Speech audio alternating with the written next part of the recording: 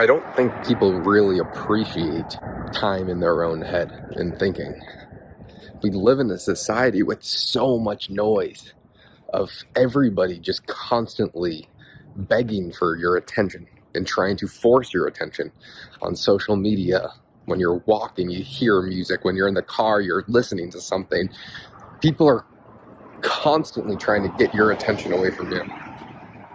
But if you don't have time to think, you never really find out who you are and what you value. I mean, even just being outside right now, walking to a coffee shop where I'm going to do work for the next few hours, having time to think.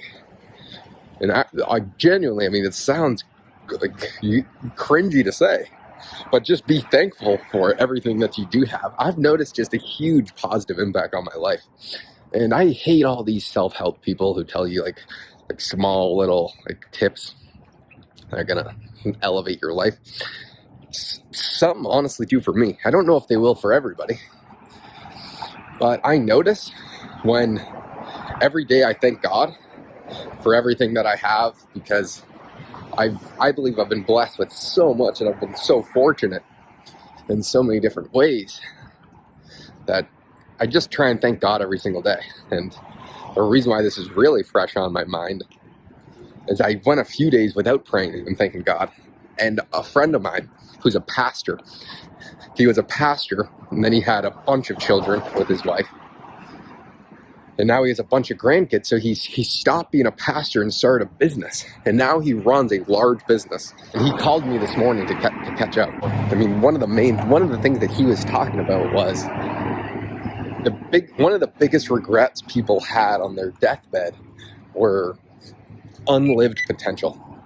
And people who thought that they could have done great things with their life, but they took no action and did nothing. And that was actually my biggest fear in life. When I was 17 years old, instead of going to high school, I was studying business and I was looking to apprentice myself under someone. I just always thought that I had so much potential, but I didn't know how to channel that energy and make something out of it.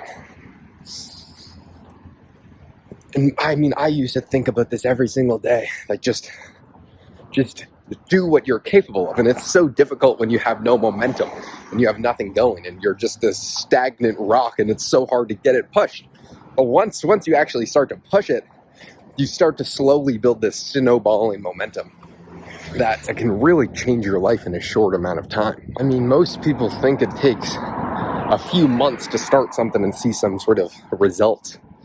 When you can't build momentum in such a short amount of time. I mean, another thing that I was really, really bang on about, and I get most things wrong, but this one, I remember hearing a quote when I don't know why I'm thinking of this right now, but when I was 17 years old and I was reaching out to a few dozen people a week looking to apprentice myself under them, and I was studying and I wasn't seeing any progress or results. I was just working hard but didn't really know what to do.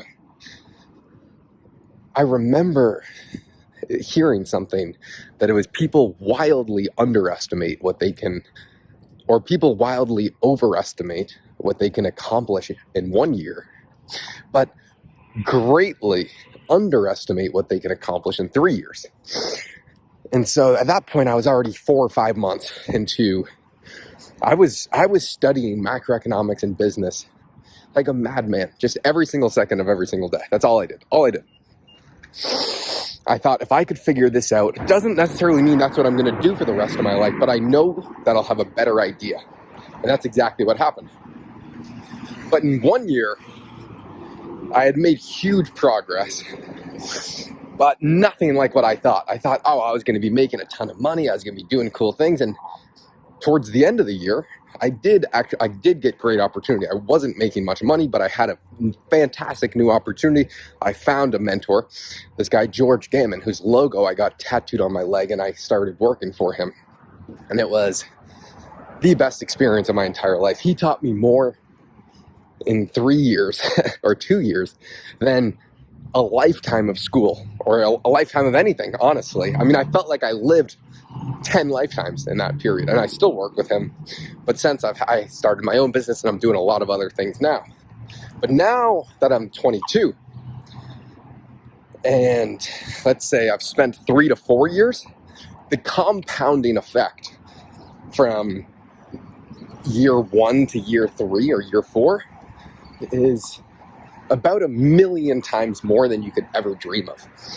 And it's not just an income. I mean, that's what most people like to hyper focus on. But it's progress. That's what really drives society. I have a friend he's young, and he's retired at a really young age, and I would never want to do that. I want a business that I want to run forever. I mean, it's kind of a philosophical question, which is, you want to start a business and you want to make a bunch of money, but you end up finding fulfillment in said business. At least a lot of people do. From what I've seen from an outsider's perspective, I love what I do. I love my business. But let's say 5 years down the road, I had an opportunity to sell my company for amount where I would never have to work again. What is the next step? Because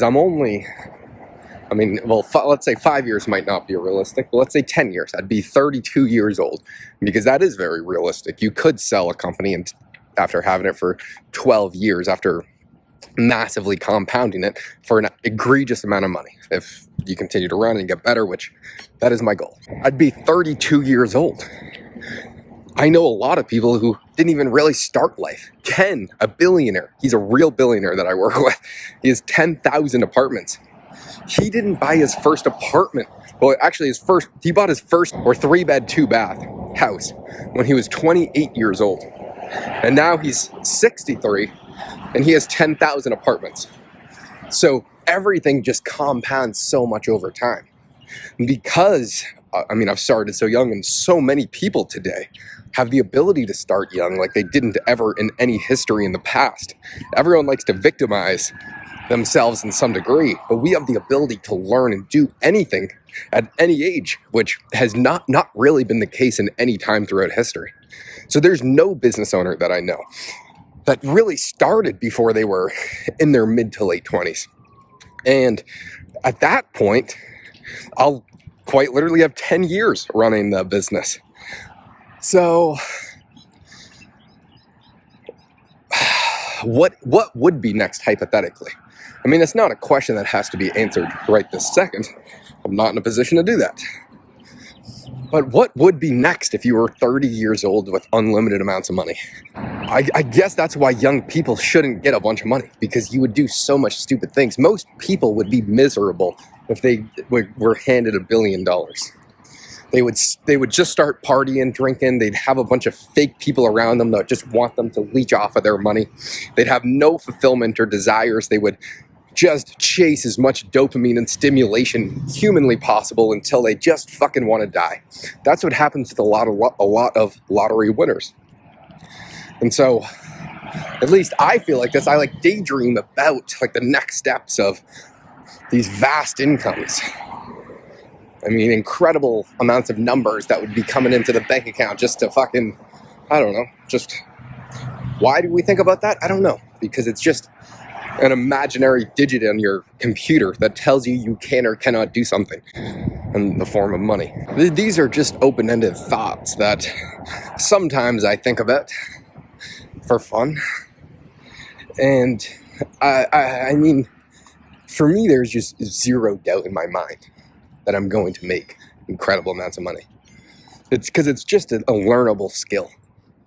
And fortunately, I mean, all of my friends, and this is another thing, environment.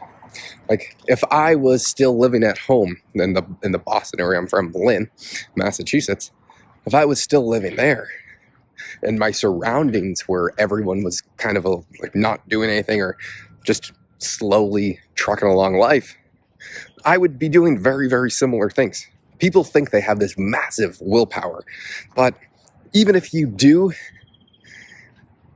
you want to be around an environment that is just 1,000,000 times better and you're forced to improve. That's really what elevated me in, let's say, a few year period. It's my environment is the people I'm surrounded by are just so much further ahead, where if I don't get 1,000,000 times better, I'm gonna fall behind, and I'm not going to be able to work with these people or hang out with them. You just have to get better so much quicker.